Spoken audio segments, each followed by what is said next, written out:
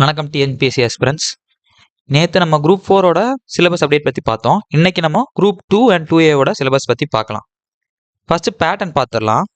பேட்டர்னில் எந்த சேஞ்சுமே இல்லை. பழைய பேட்டர்ன் எப்படி கொடுத்துருந்தாங்களோ அதே பேட்டர்ன் தான். ஜென்ரல் ஸ்டடீஸ் வந்து 75 questions, aptitude and mental stabilities 25 questions, அப்புறம் language English or Tamil SSLC standard 100 questions. Pattern பற்றி பார்த்தோன்னா எந்த ஒரு சேஞ்சுமே இல்லை. இப்போ நம்ம பார்ட்டியே ஜென்ரல் ஸ்டடீஸ்க்கு போயிடலாம். ஜென்ரல் ஸ்டடீஸை பொறுத்த வரைக்கும் யூனிட் 1 ஜென்ரல் சயின்ஸில் நமக்கு முன்னாடினா எப்படின்னா நமக்கு வந்து அந்த பர்டிகுலர் சப்ஜெக்ட் பர்டிகுலர் யூனிட்லேருந்து எத்தனை கொஸ்டின் வருங்கிற ஐடியாவே இருக்காது. ஆனால் இப்போ இந்த ரீசெண்ட் அப்டேட்டில் இப்போ இந்த யூனிட்லேருந்து எத்தனை கொஸ்டின்ஸ் வருங்கிற அப்டேட் வரைக்கும் நமக்கு தெளிவாக கொடுத்துருக்காங்க. அதாவது இந்த ஜென்ரல் சயின்ஸ் யூனிட்ல வந்து 5 கொஸ்டின்ஸ் வரும். மற்றபடி உள்ளாடி உள்ள கண்டென்ட்ஸ் எல்லாம் பார்த்தோம்னா பெருசாக எந்த சேஞ்சுமே இல்லை. ஒன்னே ஒன்று மட்டும் ஆட் பண்ணியிருக்காங்க, latest inventions in science and technology. அது மட்டும் தான் ஆட் பண்ணியிருக்காங்க. அது வேற ஒன்றும் இல்லை. பழைய சிலபஸில் யூனிட் 2 கரண்ட் அஃபேர்ஸ்னு ஒன்று கொடுத்துருந்தாங்க. அதில் உள்ளதான் latest invention in science and technology. அதை மட்டும் ஆட் பண்ணியிருக்காங்க. வேற ஒன்றும் புதுசாக எதுவும் ஆட் பண்ணல. அதுக்கப்புறம் யூனிட் 2 ஜியாகிரபி ஆஃப் இந்தியா, அதை பற்றி பார்த்தோம்னாலும் அதுலேயும் பெருசாக எந்த சேஞ்சஸுமே இல்லை. கடைசியாக ஒன்னே ஒன்று மட்டும் ஆட் பண்ணியிருக்காங்க, ஜியாகிரபிக்கல் லேண்ட்மார்க்ஸ், அதுக்கப்புறம் கரண்ட் அஃபேர்ஸ். இது மட்டும் தான் புதுசாக ஆட் பண்ணியிருக்காங்க. அதை தவிர வேற எதுவுமே புதுசாக ஆட் பண்ணல. Geographical landmarks and current affairs இது மட்டும் தான் புதுசாக ஆட் பண்ணியிருக்காங்க. அதை தவிர வேற எதுவுமே இல்லை. அதுக்கப்புறம் history and culture of India. பழைய சிலபஸில் இந்தியன் நேஷனல் மூவ்மெண்ட் தனியாக யூனிட் 7ல் கொடுத்துருந்தாங்கன்னு நினைக்கிறேன். ஆனால் இப்போ அதை ரெண்டையும் சேர்த்து history and culture of India and Indian national movement இது ரெண்டையும் சேர்த்து கொடுத்துருக்காங்க. வேற எதுவுமே இதில் சேஞ்சஸ்லாம் எதுவுமே சேஞ்ச் எதுவும் பண்ணல. இங்கே வந்து ப்ராமினன்ட் பர்சனாலிட்டிஸ், இந்த இதில் வந்து ஒன்னே ஒன்று மட்டும் புதுசாக ஆட் பண்ணியிருக்காங்க. என்னன்னா prominent personalities in various Spears, arts, science, literature and philosophy.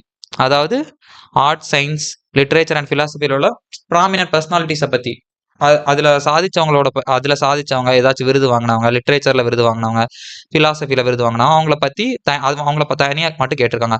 இது வந்து புதுசாக ஒன்றும் இல்லை. பழைய சிலபஸ்லேயே கரண்ட் அஃபேர்ஸ்னு யூனிட் 2ன்னு ஒன்று இருக்கும். அதில் வந்து prominent personalities in various spheres பற்றி சொல்லியிருந்தாங்க. இப்போ history and culture of India and national move இது கூட ஆட் பண்ணியிருக்காங்க. இதுலேருந்து நமக்கு எத்தனை கொஸ்டின்ஸ் வரைக்கும் எதிர்பார்க்கலாம்னா ஒரு 10 கொஸ்டின்ஸ் வரைக்கும் எதிர்பார்க்கலாம் இல்லை, 10 கொஸ்டின்ஸ் வரும்.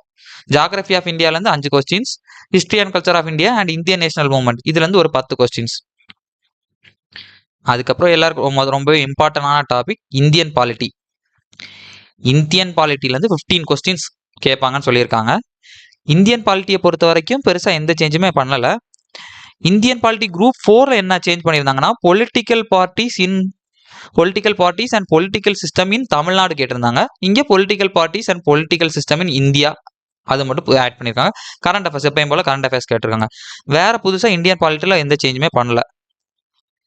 அதுக்கப்புறம் Indian economy and development administration in Tamil Nadu. Indian economy தனி டாபிக், டெவலப்மெண்ட் அட்மினிஸ்ட்ரேஷன் தனி டாப்பிக்காக கொடுத்துருந்தாங்க. இதை ரெண்டையும் சேர்த்து யூனிட் 5 கொடுத்துருக்காங்க. இதுலேயும் பெருசாக எந்த சேஞ்சுமே பண்ணல. கடைசியாக ஒன்னே ஒன்று மட்டும் ஆட் பண்ணியிருக்காங்கன்னா பப்ளிக் அவேர்னஸ். இந்த லாஸ்ட்டாக ஒன்னே ஒன்று மட்டும் புதுசாக ஆட் பண்ணியிருக்காங்க, public awareness and general administration, welfare oriented government schemes and their utility, problems in public delivery systems, current socio economic issues and current affairs. தற்போது சமுதாயத்தில் நடந்துட்டு இருக்க சோஷியோ எக்கனாமிக் இஷ்யூஸ், அதுக்கப்புறம் கவர்மெண்ட் கொண்டு வந்த கவர்மெண்ட் ஸ்கீம்ஸை பற்றி எல்லாம் கேட்டிருப்பாங்க. அதுதான். அதை தவிர வேற எதுவுமே புதுசாக எதுவும் ஆட் பண்ணல. பழசில் என்ன இருந்துச்சோ அதே தான் இங்கேயும் கொடுத்துருக்காங்க. அப்புறம் ஹிஸ்ட்ரி அண்ட் இதில் வந்து என்ன வெயிட்டேஜ் ஆஃப் கொஸ்டின்ஸ் பார்த்தாங்கன்னா 20 கொஸ்டின்ஸ் வரைக்கும் இதுலேருந்து வரும். அதுக்கப்புறம் history, culture and heritage and social political movements in Tamil Nadu. இதில் அஸ்யூஷுவல் எந்த சேஞ்சுமே இல்லை. பழசில் என்ன கொடுத்துருக்காங்களோ அதே தான் கொடுத்துருந்தாங்க. வேற எதுவுமே பெருசாக எதுவும் சேஞ்ச் பண்ணல. பேரறிஞர் வரைக்கும் தான் கொடுத்துருக்காங்க. அதில் இருந்து பெருசாக எதுவுமே சேஞ்ச் பண்ணல. அதுக்கப்புறம் part B aptitude and mental ability. பழைய சிலபஸில் ரெண்டையும் சேர்த்து மொத்தமாக கொடுத்துருந்தாங்க. இதில் யூனிட் 1 யூனிட் 2ன்னு ஸ்ப்ளிட் பண்ணி கொடுத்துருக்காங்க. இதில் வந்து ஆப்டிடியூட்லேருந்து எவ்வளோ கொஸ்டின்ஸ் வரும்னா 15 கொஸ்டின்ஸ் வரும். எக்ஸாக்ட் பழைய சிலபஸில் என்னெல்லாம் கொடுத்துருந்தாங்களோ அதுதான். Simplification, percentage, highest common factor, lowest common factor, ratio and proportion, simple interest, compound interest, area, volume, time and work இதை தான் கொடுத்துருக்காங்க. அதனால வேற எதுவும் பெருசாக சேஞ்ச் பண்ணல.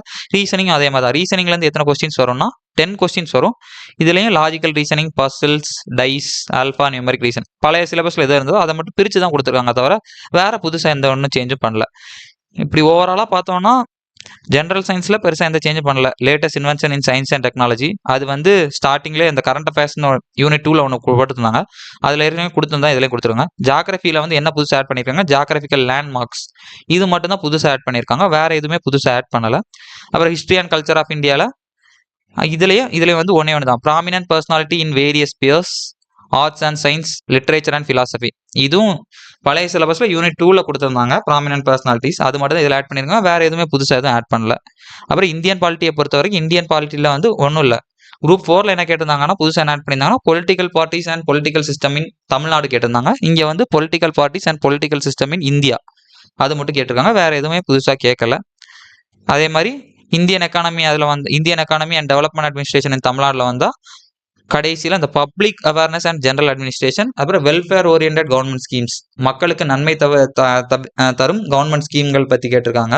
அதுவும் தமிழ்நாடு இந்தியா போத்து தான். அப்புறம் problems in public delivery systems, அப்புறம் கரண்ட் சோசியோ எக்கனாமிக் இஷ்யூஸ் இதை பற்றிலாம் கேட்டிருக்காங்க. வேறு எதுவுமே புதுசாக இதில் எதுவும் கேட்கல. அப்புறம் history culture heritage and social political movements in Tamil Nadu இந்த சப்ஜெக்ட்லேருந்து கரெக்டாக 20 கொஸ்டின்ஸ் கிட்ட வரும். இது கொஞ்சம் இம்பார்ட்டண்டான டாபிக். இதுலையும் பெருசாக எதுவும் ஆட் பண்ணல. பழசு என்னெல்லாம் இருந்துச்சோ அதே தான் கொடுத்துருக்காங்க, மற்றபடி ஒன்றும் இல்லை.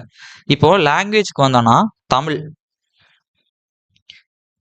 இங்கே ஸ்டார்டிங்லேயே கொடுத்துருந்தாங்க. தமிழில் வந்து என்னென்னா எஸ்எஸ்எல்சி ஸ்டாண்டர்ட்னு ஸ்டார்டிங்கில் கொடுத்துட்டாங்க. எஸ்எஸ்எல்சி ஸ்டாண்டர்ட்னா அதனால் எதுவும் யாரும் பயப்பட எதுவும் தேவை கிடையாது. புதுசாக எதாவது ஆட் பண்ணியிருக்காங்க அது இதுன்னு பிரச்சனை எதுவும் இல்லை. தமிழ் ஆர் இங்கிலீஷ் எதுவுமே ரெண்டுமே எஸ்எஸ்எல்சி ஸ்டாண்டர்ட்ஸ் தான். இலக்கணம் இதிலெல்லாம் பெருசாக எதுவும் இல்லை, பழைய சிலபஸில் இருந்தது தான். அதை கொஞ்சம் இலக்கணம் சொல்லகராதி இதெல்லாம் கொஞ்சம் என்ன எலாபரேட் பண்ணி கொடுத்துருக்காங்க, அவ்வளோதான். வேறு எதுவும் பெருசாக எதுவும் சேஞ்ச் எதுவும் பண்ணலை. அதில் கேட்குற விஷயத்தையே கொஞ்சம் எலாபரேட் பண்ணி கொடுத்துருக்காங்க.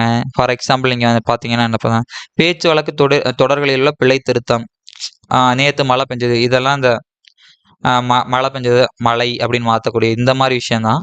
இதெல்லாம் ஏற்கனவே இருந்தது தான். இப்போ இலக்கியத்தில் தான் கொஞ்சம் கொஞ்சம் சேஞ்சஸ்லாம் பண்ணியிருக்காங்க.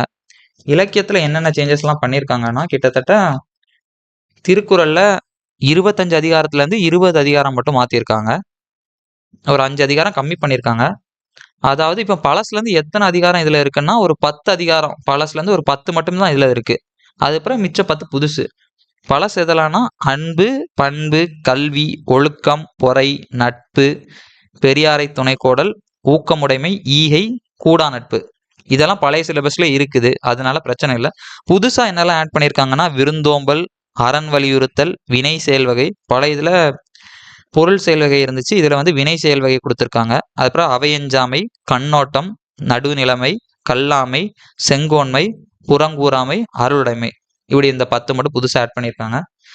அதுக்கப்புறம் என்ன பார்த்தீங்கன்னா அதுக்கப்புறம் என்ன பெருசாக இது கொடுத்துருக்காங்கன்னா அதுக்கப்புறம் நிறைய கம்மி பண்ணியிருக்காங்க. அந்த அறிஞர்கள் எல்லாம் பற்றி வரதில் கொஞ்சம் நிறையவே கம்மி பண்ணியிருக்காங்க. இதில் வந்து மேற்கோள்கள் அறநூல்கள் தொடர்பான செய்திகள் நாலடியார் கொடுத்துருக்காங்க. நான்மணிக்கடை இது பழசில் இருக்குது. பழமொழி 400 பழசில் இருக்குது. முதுமொழி காஞ்சியும் பழசில் இருக்குது. திருகடுகம் பழசில் இருக்குது.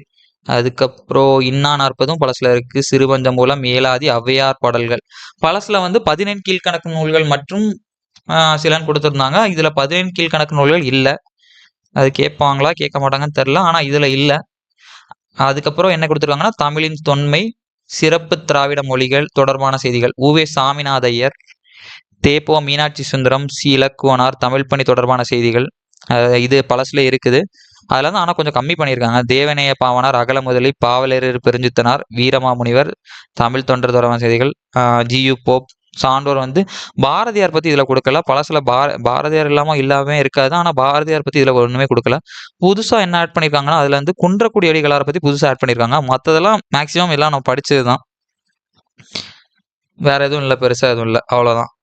இவ்வளோதான் தமிழில் ஆட் பண்ணியிருக்காங்க. இலக்கியத்தை பொறுத்த வரைக்கும் தமிழில் கொஞ்சம் கம்மி தான் பண்ணியிருக்காங்க. பழைய சிலபஸ்லேருந்து எஸ்எஸ்எல்சி ஸ்டாண்டர்ட்ஸ்னு கொடுத்துருக்காங்க, ஆனால் புக்லேருந்து எல்லாம் வரும் தான் நினைக்கிறேன். ஓவராலாக எதுக்கும் இங்கே சிலபஸில் இருக்கிறத ரொம்ப டீப்பாக படிச்சுட்டு மற்றதெல்லாம் லைட்டாக வாசிச்சு மட்டும் வச்சுக்கோங்க. மேபி கேட்டாலும் கேட்க வாய்ப்பு இருக்குது. இப்போது ஜென்ரல் இங்கிலீஷை பொறுத்த வரைக்கும் என்னென்னா ஜென்ரல் இங்கிலீஷில் grammar, vocabulary, writing skills, technical terms இதெல்லாம் பழசு தான், பெருசாக புதுசாலாம் ஆட் பண்ணல. பழைய எந்த கிராமரே தான் கொஞ்சம் எலாபரேட் பண்ணி தெளிவாக கொடுத்துருக்காங்க. பெருசாக கிராமரில் எந்த சேஞ்சுமே கொண்டு வரல. அதுக்கப்புறம் லிட்ரரி ஒர்க்ஸில் வந்தோம்னா பழைய போயம்லேருந்து கிட்டத்தட்ட 30 போயம்ஸ் இருக்குதுன்னு நினைக்கிறேன். பழசில் எதுவுமே ரொம்ப கம்மியாக தான் இருக்கும். பழசில் ஒரு 20 இருக்கும்னு நினைச்சேன், 20 இருக்கும்னு நினைக்கிறேன். இதில் வந்து ஒரு 30 போயம்ஸ் கிட்ட இருக்குது. 30 போயம்ஸ் வந்து பழைய சிலபஸ்லேருந்து இதில் வந்து ஒரு 15 போயம்ஸ் இருக்குது.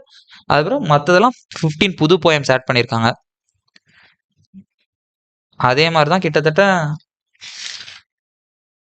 ப்ரோஸ்ன்னு பார்த்தீங்கன்னா ப்ரோஸ்லேயும் அதே மாதிரி தான் புதுசாக நிறைய ஆட் பண்ணியிருக்காங்க. பழைய சிலபஸ் வந்து ப்ரோஸில் ஒரு 12 லெசன்ஸ் இருக்குது. மற்றபடி புதுசாக ஆட் பண்ணியிருக்காங்க. ஆனால் இதில் வந்து பழைய சிலபஸில் ஃபிலாசபி இருக்கும். ஃபிலாசபின்னு சொல்கிற மாதிரி பயோகிராஃபின்னு இருக்கும். பயோகிராஃபி இல்லாமல் மொத்தமாகவே 2-3 லெசன்ஸ் எக்ஸ்ட்ரா ஆட் பண்ணி கொடுத்துருக்காங்க. அவ்வளோதான். குரூப் 2A சிலபஸ் பார்த்தோன்னா அவ்வளோதான். வேறு எந்த பெருசாக சேஞ்ச் எதுவும் பண்ணல. ஆஸ்பிரன்ஸ் நீங்கள் ரொம்ப எதுவும் பயப்பட தேவையில்லை. இருக்கிறதுலே கொஞ்சம் ஆட் பண்ணியிருக்காங்க, கொஞ்சம் கம்மி பண்ணியிருக்காங்க. இந்த எக்ஸ்ப்ளனேஷன் உங்களுக்கு புரிஞ்சுதுன்னா டிஎன்பிசி தமிழ் சேனலை சப்போர்ட் பண்ணி சப்ஸ்கிரைப் பண்ணி ஷேர் பண்ணுங்கள். தேங்க்யூ.